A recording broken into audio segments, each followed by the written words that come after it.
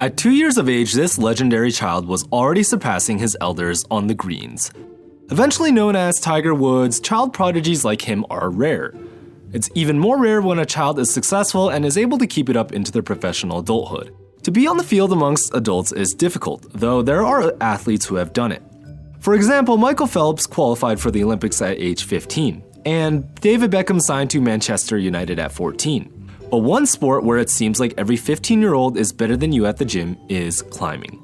One of the most notable childhood prodigies in climbing still competes to this day and has had an extremely successful career. Along the way, also broke the beta. I'm talking about Ashima Shiraishi.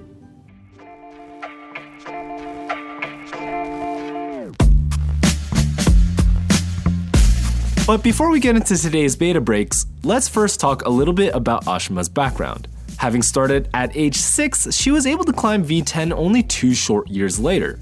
Her father, being a professional dancer, definitely had an influence on her ability to move, and you can tell that her flexibility and movement is incredible. Take for instance this boulder problem.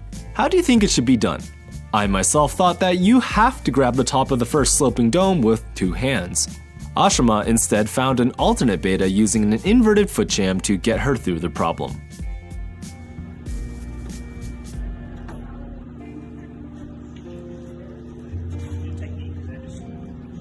Nice, Ashima.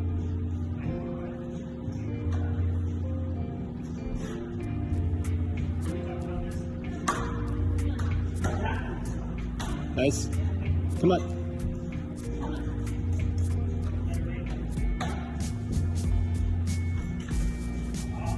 Come on. Nice. Come on, dude. Oh, yeah. Ashima is no stranger to using flexibility, and during the 2017 USA Bouldering Nationals, there were 2 major instances where she used her incredible flexibility and smart thinking to get through the boulder problems.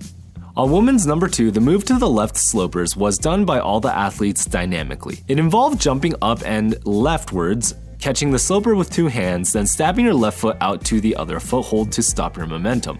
Even Megan Mascarenas, the master of doing dynamic moves statically, couldn't find the amazing beta break that Ashima found using her flexibility. Well, for Alex Puccio, it's a tip for Ashima. There it is. But who needs comfort when you've got that kind of hops? Margot Hayes also found the same solution that Ashima did, doing the splits and dropping down low in order to get to the next hold. Come on, Margot! Margot making her own way here. Gotta press so hard. Wow. She's kind of taken the Ashima way. Which is how we have discovered is how her last name is actually pronounced.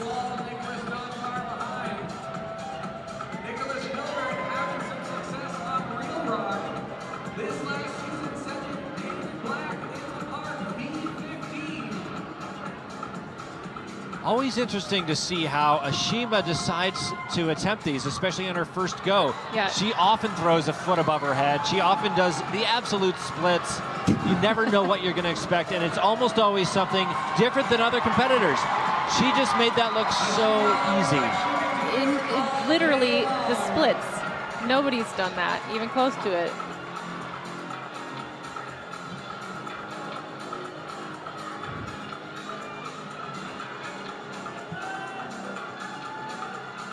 Rocking her own shoes with her name on it. So 2 falls there for Nick Milburn as we focus in on Ashima here. Oh, wow. The easy flash for her. She can get her left hand in that box. Nicely done. Women's number 4 was a grueling test, as it was another dynamic move that involved catching the corners of the box volume with 2 hands. This was a move that is considered in route setting as high intensity. The intensity can only be described as jumping at your fridge and trying to hug it without falling off. Ow. I clearly would have struggled on this problem, and it's no surprise that a lot of the athletes struggled with the move as well. Ashima tried to use a 2-handed approach but struggled to make it work. She took a moment to think, and this was her solution.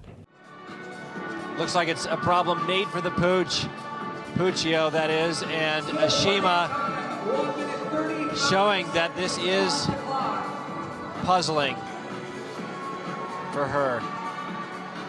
She's done a good job on some of the more tricky problems, though, figuring them out in the time allotted. I wonder if she needs to That go is dynamically, though, on this. Not dynamic. No. Wow. It's going to be hard for her to transition now. Yeah, This would be a big swing in the legs.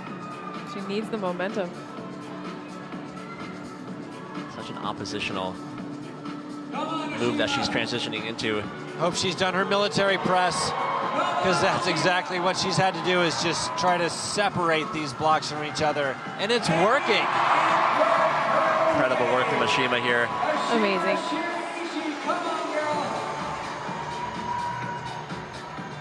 Still so long to go, though.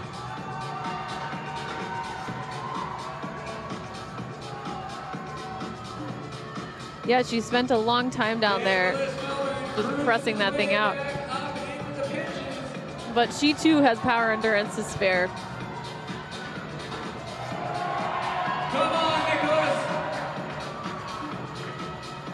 See how she navigates this section. We've seen a lot of different approaches, but only Kyra and Brooke able to get onto that big pinch you see up there.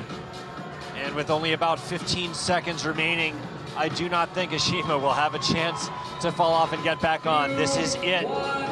She's going to go straight to that right-hand side pole.